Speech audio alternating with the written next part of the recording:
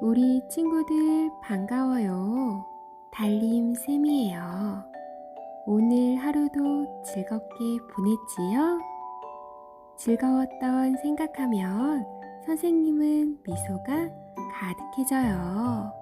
우리 친구들도 미소 지으며 포근한 이불 덮고 잘 자요. 첫 번째 이야기, 너도 밤나무. 아름다운 금강산 골짜기에 한 부부가 살았습니다. 우리에게도 아기가 있었으면. 이 부부는 아기를 갖는 것이 소원이었어요. 귀여운 아기를 낳게 해주세요. 부부는 날마다 두 손 모아 정성껏 기도했어요. 마침내 부부는 기다리고 기다리던 아기를 갖게 되었습니다. 아기의 얼굴은 둥실둥실 보름달처럼 환했어요. 당신 귀를 꼭 닮았네요. 눈은 당신을 닮았소. 부부는 서로 쳐다보며 웃었습니다. 이름을 뭐라고 지을까요? 무럭무럭 잘 자라는 뜻으로 무럭이라고 지읍시다. 무럭이는 이름처럼 무럭무럭 잘 자랐어요. 어느 날이었습니다. 아버지는 무럭이를 데리고 산으로 나무를 하러 갔어요. 귀여운 아들과 함께 산을 오르자 아버지는 노래가 절로 나왔어요. 무럭이와 나무를 하러 가네. 영차 영차. 우와, 아빠, 이 밤나무 좀 보세요. 그래, 밤톨이 참 크기도 하구나. 아버지와 무럭이는 나무를 하다 말고 커다란 밤나무 위에 올라가 밤을 땄어요. 밤을 잔뜩 따 가지고 집으로 돌아가려고 할 때였습니다. 어흥, 어흥. 몸집이 큰 호랑이 한 마리가 어슬렁어슬렁 나타났어요. 내 밤나무에서 밤을 따다니. 어흥. 호랑이는 입을 크게 벌리며 달려들었어요. 호랑이님, 제발 한 번만 살려주십시오. 아버지와 무럭이는 땅에 엎드려 용서를 빌었어요. 내 밤나무의 밤을 모두 내놓아라. 호랑이는 산이 쩌렁쩌렁 울리도록 크게 소리쳤어요. 아버지는 얼른 밤이 가득 든 자루를 내밀었어요. 밤이 딱 100톨이군. 10년 뒤에 다시 올 테니 이 밤으로 밤나무 100그루를 키워라. 네. 그때 만일 한 그루라도 모자르면 내 아들을 잡아가겠다. 그래야만 내가 다시 하늘나라로 올라갈 수 있단 말이다. 호랑이는 말을 마치자마자 바람처럼 휙 사라졌어요. 집으로 돌아온 아버지는 어머니와 함께 자루에서 밤 100톨을 꺼냈습니다. 한 톨이라도 잃어버리면 큰일 나오. 아버지는 텃밭을 정성껏 일구었어요. 한 톨이라도 싹이 트지 않으면 큰일이에요. 어머니는 물을 길어다 밤톨을 심을 구덩이에 부었어요. 한 톨이라도 다람쥐가 파내가면 큰일이지요. 무럭이는 밤톨을 심은 자리에 발로 꼭꼭 다졌어요. 며칠이 지났습니다. 밤톨에서 싹이 돋아났어요. 밤나무 싹은 부슬부슬 내리는 비를 맞고 잘 자랐어요. 아빠, 여기 잎이 나왔어요. 햇볕이 쨍쨍 내리쬐자 가지가 점점 뻗어갔습니다. 가지가 제법 굵은 걸. 밤나무는 무럭이처럼 무럭무럭 잘 자랐어요. 100그루가 맞는지 어디 한번 세어봅시다. 아버지는 어린 밤나무를 하나, 둘 세어 보았어요. 98, 99. 오, 한 자루가 모자라네. 어머나, 호랑이가 우리 무럭이를 잡아가면 어쩌죠? 어머니는 가슴이 철렁 내려앉았습니다. 99그루라도 잘 키워봅시다. 부부는 99그루의 어린 밤나무를 뒷동산에 정성껏 옮겨 심었어요. 세월이 흘러 호랑이와 약속한 날이 점점 다가오고 있었습니다. 오늘 밤 안으로 어디서든 밤나무 한 그루를 찾아내야 할 텐데. 부부는 밤나무 한 그루를 찾아 온 산을 헤맸어요. 저쪽 골짜기로 가봅시다. 그러나 밤나무는 한 그루도 보이지 않았습니다. 아이고, 호랑이가 우리 무럭이를 데려가면 어쩌나. 아이고, 밤나무 한 그루가 없어. 우리 무럭이는 죽게 되었구나. 부부는 그만 바닥에 주저앉아 울음을 터뜨렸어요. 바로 그때였습니다. 나도 밤나무예요. 나도 밤나무예요. 골짜기 아래에서 누군가 외치는 소리가 들려왔어요. 이게 무슨 소리지? 누가 한 말일까? 저 아래에서 나는 소리예요. 어서 가봐요. 부부는 소리 나는 쪽으로 헐레벌떡 달려갔어요. 부부는 주위를 둘러보았습니다. 여보, 여기 좀 보세요. 이 나무가 말을 했어요. 그때 부부의 눈앞에 서 있는 나무가 가지를 흔들며 말했어요. 나를 보세요. 나도 밤나무지요? 그래, 너도 밤나무구나. 부부는 밤나무를 껴안고 빙글빙글 돌며 춤을 추었습니다. 호랑이와 약속한 날 아침이 밝았습니다. 밤나무 100그루가 맞는지 어디 세어보자. 무럭이네 식구는 호랑이와 함께 뒷산으로 향했어요. 하나, 둘, 98, 99. 아니, 99그루뿐이잖아. 한 그루는 저 밑에 골짜기에 있답니다. 아, 그래. 그거 참 잘된 일이군. 호랑이는 웃으며 고개를 끄덕였습니다. 갑자기 호랑이는 무럭이네 식구에게 넙죽 절을 했어요. 약속을 지켜주어서 정말 고맙소. 하지만 나는 하늘나라로 돌아가지 않고 이곳에서 살겠소. 아니, 왜요? 착한 사람들과 아름다운 금강산을 차마 떠날 수가 없구려. 무럭이네 식구와 호랑이는 고마운 100번째 나무에게 너도 밤나무라는 이름을 지어주고 그 나무의 씨앗을 금강산 여기저기에 심었답니다. 두 번째 이야기, 망주석 재판. 옛날에 비단장수가 살았습니다. 비단 사세요. 비단이요.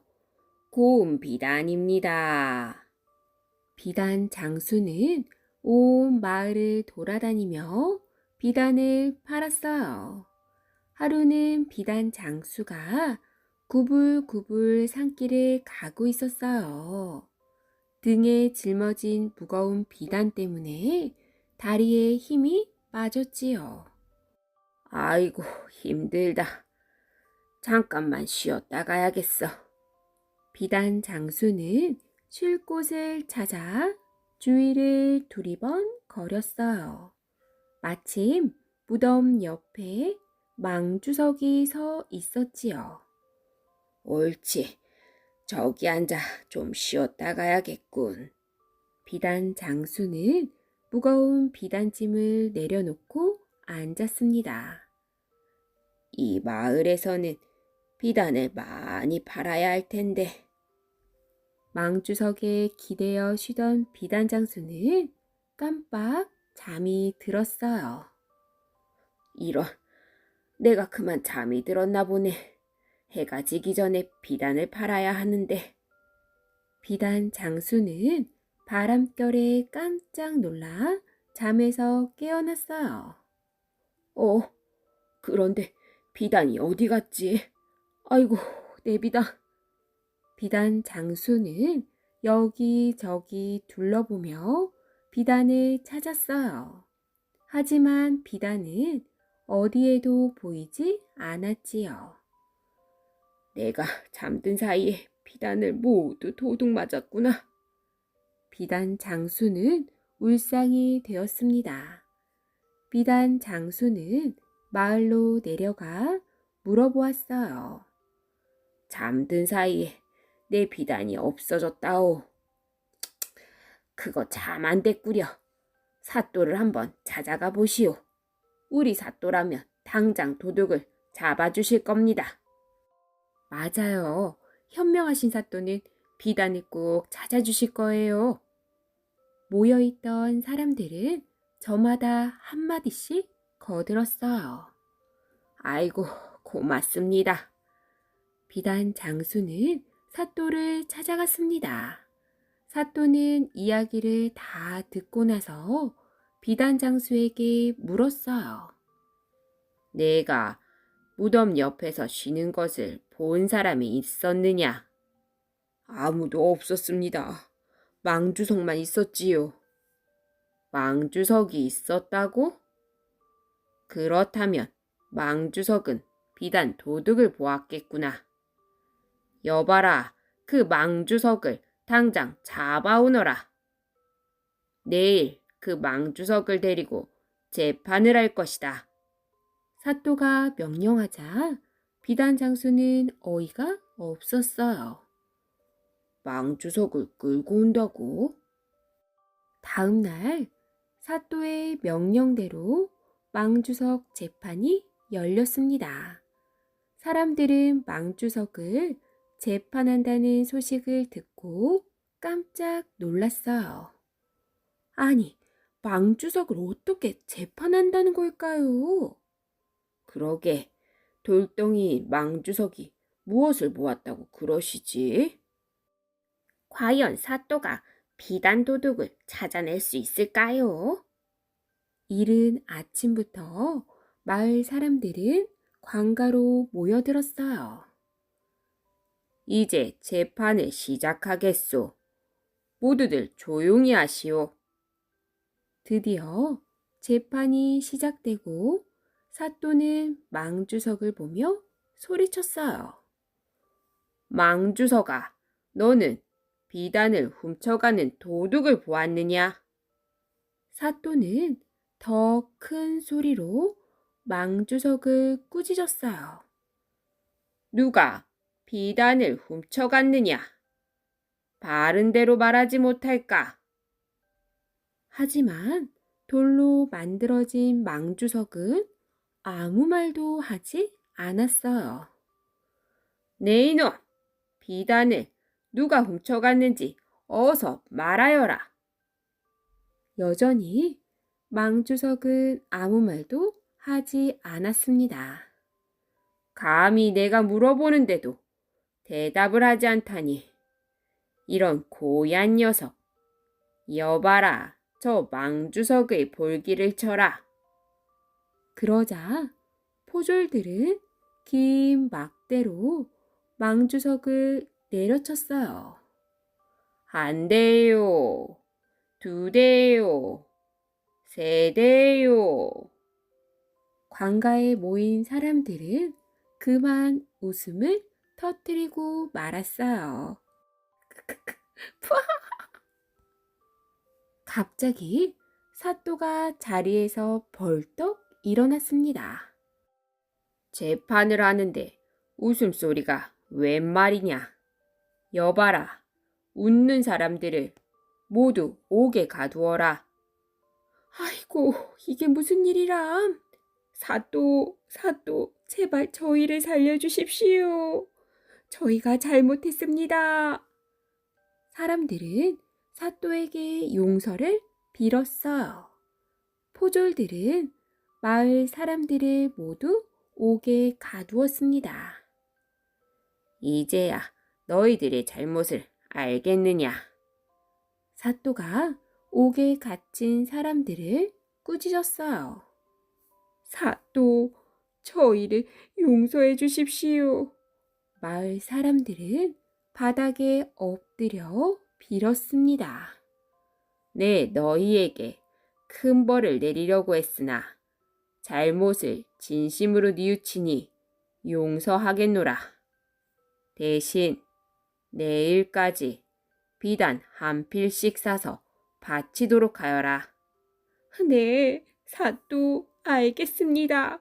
정말 고맙습니다. 풀려난 사람들은 비단을 사서 바쳤어요. 비단이 쌓이자 사또는 비단 장수를 불렀어요. 어서 내가 잃어버린 것이 있는지 찾아보아라. 비단 장수는 비단들을 꼼꼼히 살펴보았어요. 사또, 여기 있는 비단들은 모두 다 제 것이옵니다. 그래, 너희들은 이 비단을 모두 어디서 샀느냐? 사또는 비단을 가져온 마을 사람들에게 물었어요. 저 건넌 마을에 사는 비단 장수에게서 샀습니다. 사람들은 하나같이 입을 모아 말했어요. 여봐라, 그 비단 장수를 당장 잡아오너라. 건넌 마을에 사는 비단 장수가 관가로 끌려왔어요. 네 이놈, 이 비단들이 어디서 났느냐? 그것은 제가 비단을 훔쳤습니다. 아이고, 죽을 죄를 지었습니다. 한 번만 용서해 주십시오. 건넌 마을 비단 장수는 사또에게 용서를 빌었어요. 어서 이 비단을 원래 주인에게 돌려주어라. 그리고 내가 마을 사람들에게 받은 비단값도 모두 돌려주거라. 네, 그렇게 하겠사옵니다. 사또는 관가에 모인 사람들에게 말했습니다. 나 역시 돌이 말을 한다는 것은 들어본 일이 없느니라. 하지만 망주석을 재판한다고 하면 사람들이 모일 것이 아니냐. 그러면 모인 사람들에게 비단을 사오게 해서 비단 도둑을 잡을 생각이었다. 그제야 사람들은 고개를 끄덕였습니다. 사또, 정말 감사합니다.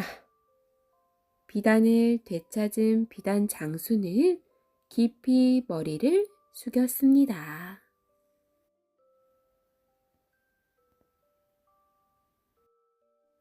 세 번째 이야기, 붉은 구슬, 푸른 구슬. 옛날 어느 마을에 한 형제가 살았답니다. 욕심쟁이 형은 아버지 재산을 다 차지하고 부자로 살았어요. 하지만 아우는 아주 가난했습니다. 형이 살고 있는 집은 마을에서 제일 큰 기와집이었지만 아우가 사는 집은 외따로 떨어진 초가집이었어요. 그래도 아우네 식구들은 행복했답니다. 그 집에선 늘 기쁜 웃음소리가 터져 나왔어요. 어느 해에 굉장한 흉년이 들었습니다. 가난한 아우네는 먹을 것이 없었어요. 엄마, 배고파요. 밥 주세요. 여보, 큰 집에 가서 쌀 좀 얻어오면 안 될까요? 가보리다. 얘들아, 조금만 기다려라. 큰아버지 댁에 가서 양식을 얻어오마. 아우는 할 수 없이 형님 댁으로 갔습니다. 형님, 먹을 게 없어서 이렇게 왔습니다. 양식 좀 구워주세요. 나중에 농사가 잘 되면 꼭 갚겠습니다. 뭐라고? 우리도 지금 양식이 모자라서 굶어 죽게 생겼어. 어서 나가. 형은 양식이 넉넉했지만 구워주지 않았어요. 구워주기는커녕 큰 소리로 야단쳐서 내쫓았답니다. 아우는 슬펐어요. 배고파 우는 아이들을 생각하면 가슴이 미어질 것 같았지요. 힘없이 걸어가던 아우가 멈춰 섰습니다. 저만치에 보자기로 싼 조그만 꾸러미가 보였거든요. 아니, 이건 떡이잖아. 보자기를 풀어본 아우는 너무 기뻤습니다. 빨리 가서 아이들에게 먹여야지. 얼마나 좋아할까? 좋아할 아이들을 생각하니 아우는 기운이 났어요. 고개를 넘어섰을 때였습니다. 어디선가 가냘픈 신음소리가 들려왔어요. 나무 그늘에 할머니 한 분이 쓰러져 있었습니다. 할머니, 왜 그러세요? 할머니, 정신 차리세요. 여보시오, 젊은이, 날 좀 살려주구려. 저 산에서 길을 잃고 헤매다가 겨우 빠져나왔다오. 산속에서 며칠을 고생했는지 아이고 배고파. 그동안 아무것도 못 먹었다오. 먹을 게 있으면 좀 주구려.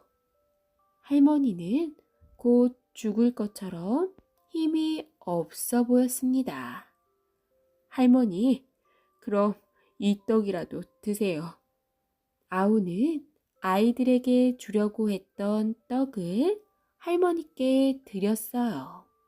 할머니는 그 떡을 먹고 기운을 차렸습니다. 젊은이, 정말 고맙네. 젊은이가 아니었으면 난 죽었을지도 몰라. 이 은혜를 뭘로 갚는다지? 그렇지.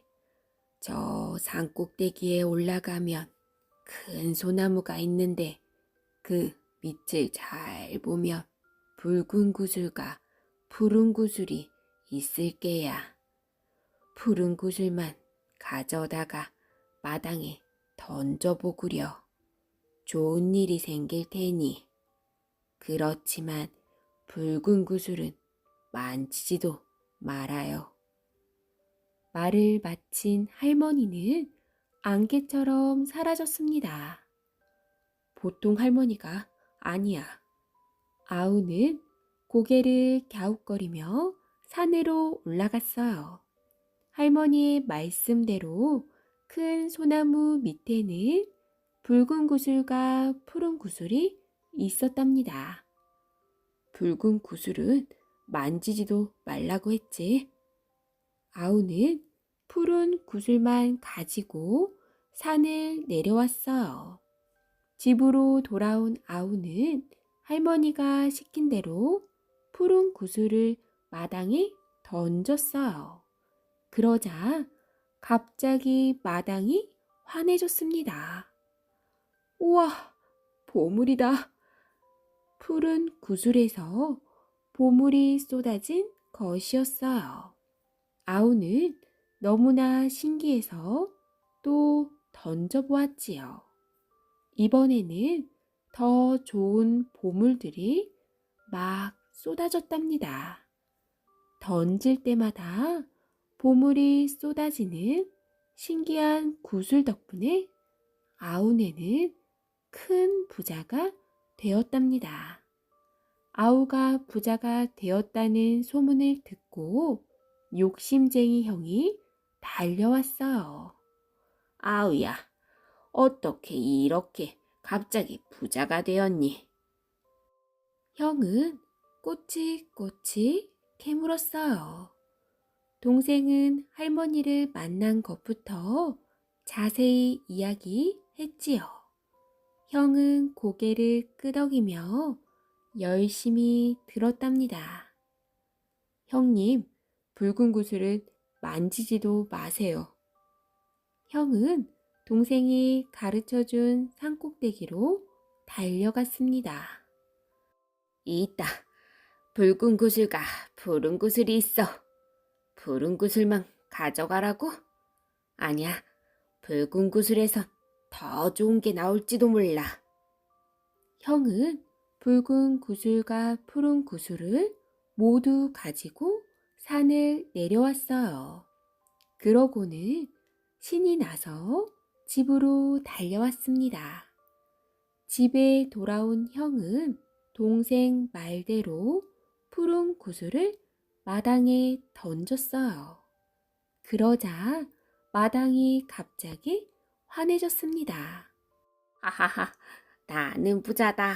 나는 부자야. 형네 집 마당에는 보석이 산더미처럼 쌓였어요. 식구들은 모두 신이 나서 덩실덩실 춤을 추었답니다. 참, 내 정신 좀 봐. 붉은 구슬도 있었지. 붉은 구슬에선 분명히 더 좋은 게 나올 거야. 형은 식구들에게 붉은 구슬을 보이며 자랑했습니다. 자, 봐라. 여기에선 더 좋은 것들이 나올 거다. 여보, 빨리 던져보세요. 아버지, 빨리 던져보세요. 드디어 형이 붉은 구슬을 던졌습니다. 아니, 저게 뭐야? 붉은 구슬에선 아주 무섭게 생긴 거인이 나타났어요. 거인은 등에 맨 자루에다 마당의 보석들을 담기 시작했습니다. 그 자루는 담아도 끝없이 들어가는 자루인가 봐요. 눈 깜짝할 사이에 집에 있는 다른 물건까지 다 담았답니다. 그러더니 거인은 연기처럼 사라져 버렸어요. 형네 식구들은 발을 동동 굴렸습니다. 형은 하루아침에 거지가 되고 말았어요. 그 소식을 듣고 아우가 달려왔지요. 형은 울면서 용서해 달라고 빌었습니다. 형님, 걱정 마세요. 저희 집에는 금이랑 은이랑 보물들이 많아요. 저희 집으로 가서 함께 살아요. 그 후 형은 착한 사람이 되어 아우와 오래오래 행복하게 살았답니다.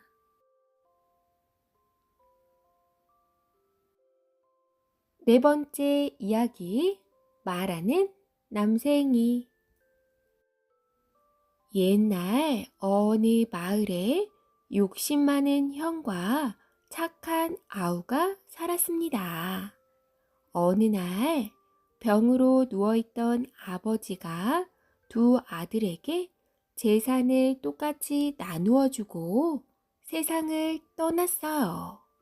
그런데 형은 아우의 재산이 탐났답니다. 어머니랑 누이 동생을 내가 맡았으니 내 논이랑 밭은 내가 가져야겠다. 형은 아우의 재산을 몽땅 빼앗았어요. 그러더니 얼마 후엔 어머니와 누이 동생마저 아우네 집으로 보내고 말았답니다. 마음씨 착한 아우는 그래도 형을 원망하지 않았어요. 섣달 금음날이 되었습니다.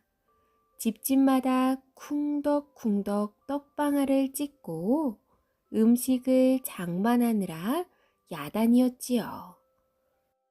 아, 내일이 설날인데 떡은커녕 밥해 먹을 쌀조차 없구나.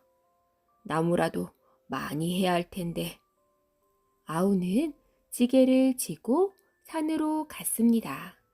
아우는 부지런히 나무 한 짐을 하고 나무 등거리에 앉아서 땀을 닦으며 중얼거렸어요.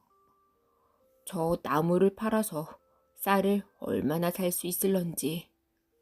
그러자 누군가 아우의 말을 따라하는 것이었어요. 저 나무를 팔아서 쌀을 얼마나 살 수 있을런지.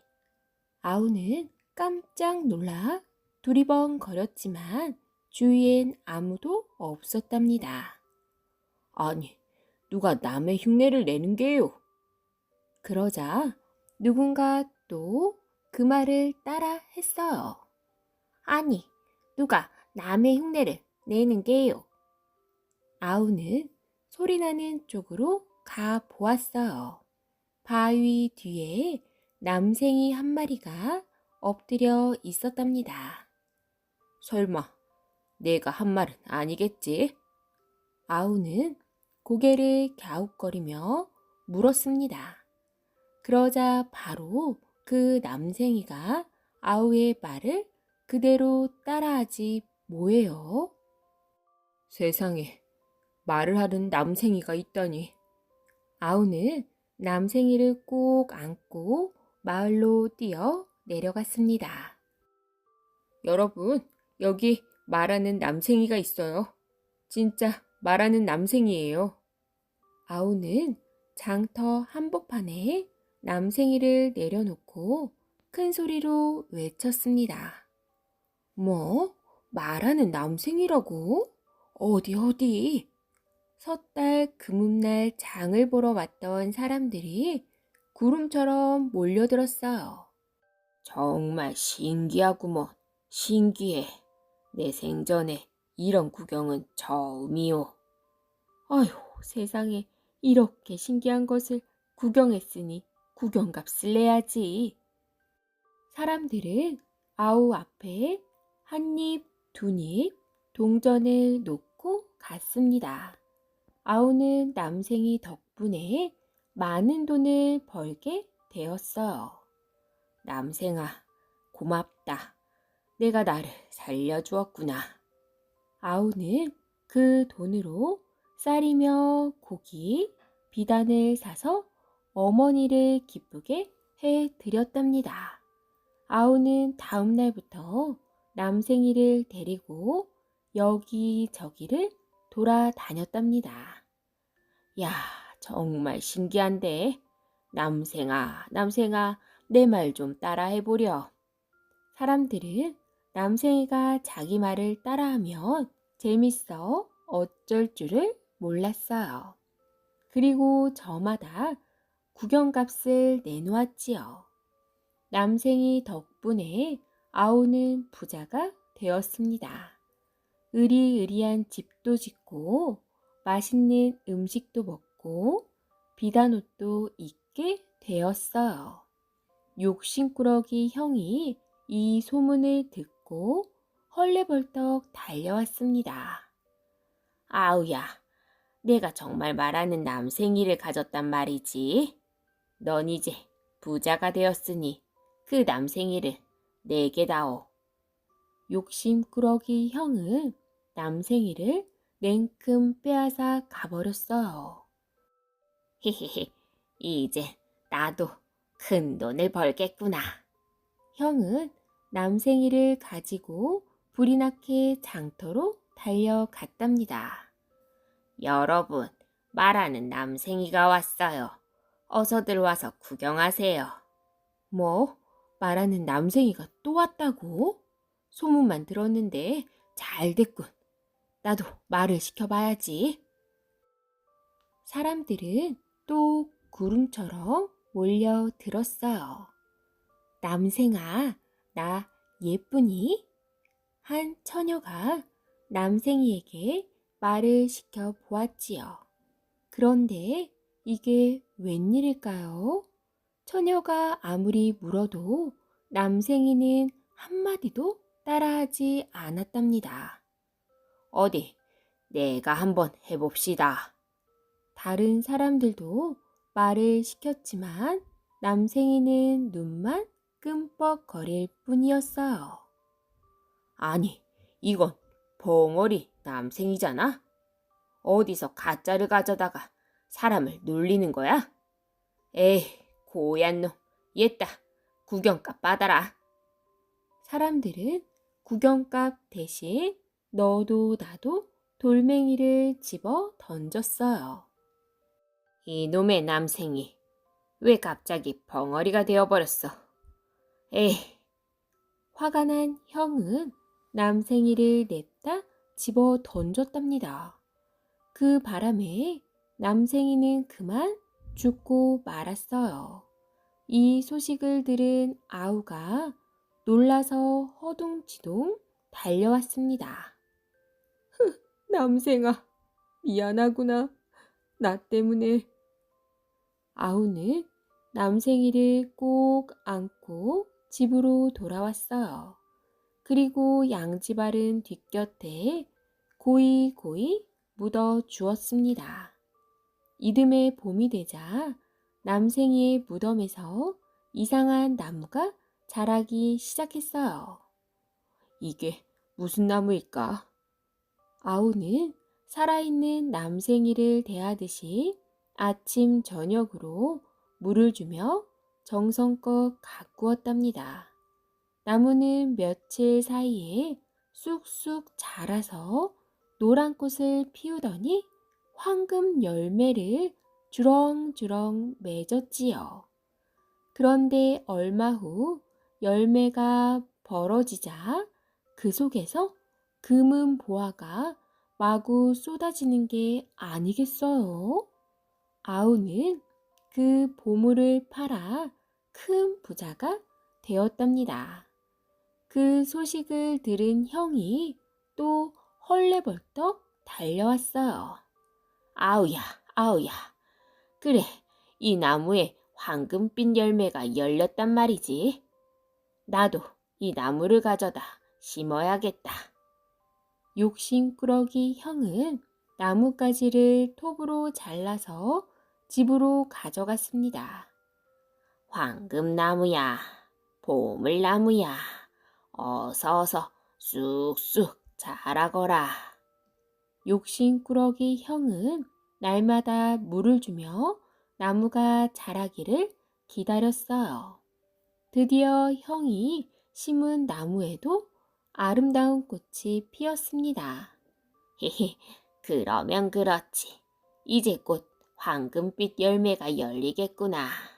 황금빛 열매야, 아우네 집보다 더 많이 열리렴, 더 많이.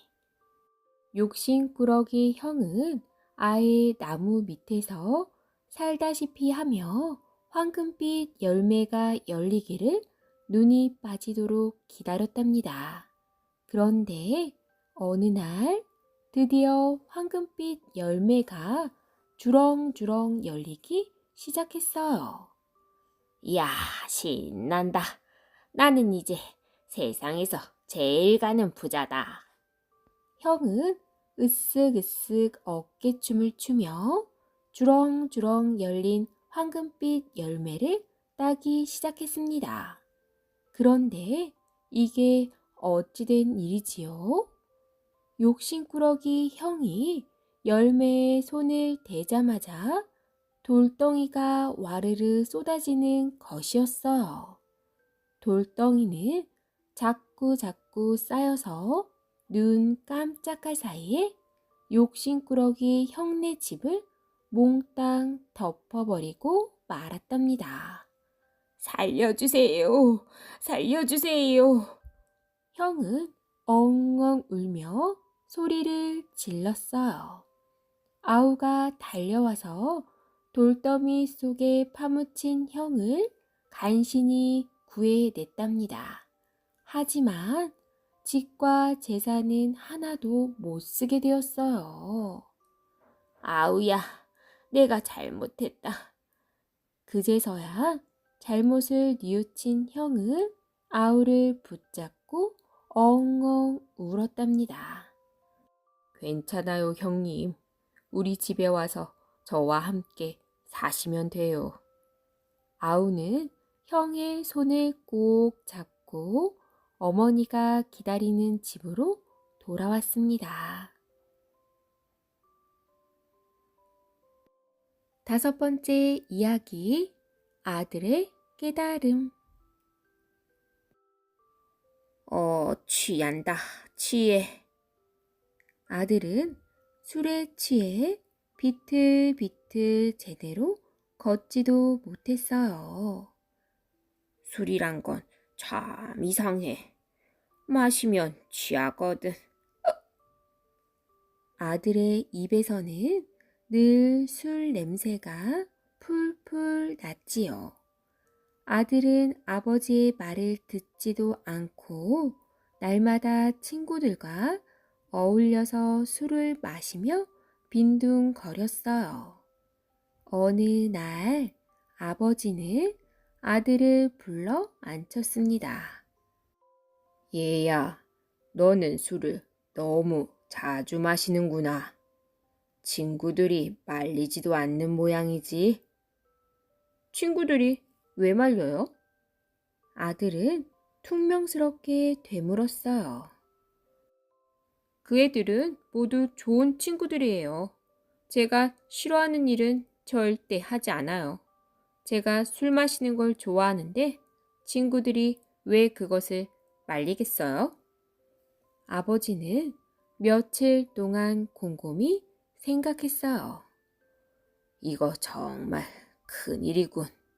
그 아이는 진정한 친구가 무엇인지 몰라. 친구를 위하는 길이 어떤 것인지는 더더욱 모르고 함께 술 마시고 노는 친구들만 좋은 친구라고 생각하니 앞으로 이 일을 어쩐담. 아버지는 아들이 너무나 걱정스러웠어요. 아버지는 아들을 다시 불러 앉혔습니다. 너는 그 친구들이 진정 친구라고 믿느냐? 예. 아들은 자신만만하게 대답했어요. 그럼 한번 시험해 볼까? 좋아요. 아들은 더욱더 당당하게 말했지요. 날이 어두워지자 아버지는 아들을 불렀습니다. 자, 지금부터 내가 시키는 대로 하거라.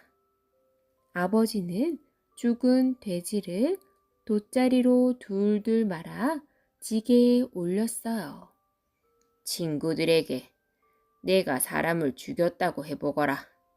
진정한 친구는 어려울 때 모른 척하지 않아. 자, 이 지게를 지고 가장 친한 친구 집으로 가자. 두 사람은 함께 첫 번째 친구에게 갔습니다. 여보게. 아들은 다급하게 대문을 두드렸어요. 누구시오? 친구는 늘어지게 하품을 하며 느릿느릿 대문을 열었어요. 아들은 지게를 가리키며 말했습니다. 여보게, 내 부탁만 하나 들어주게. 내가 실수로 사람을 죽였어. 며칠 동안만 이 시신을 좀 숨겨주겠나? 뭐라고? 친구의 얼굴빛이 싸늘하게 변했습니다.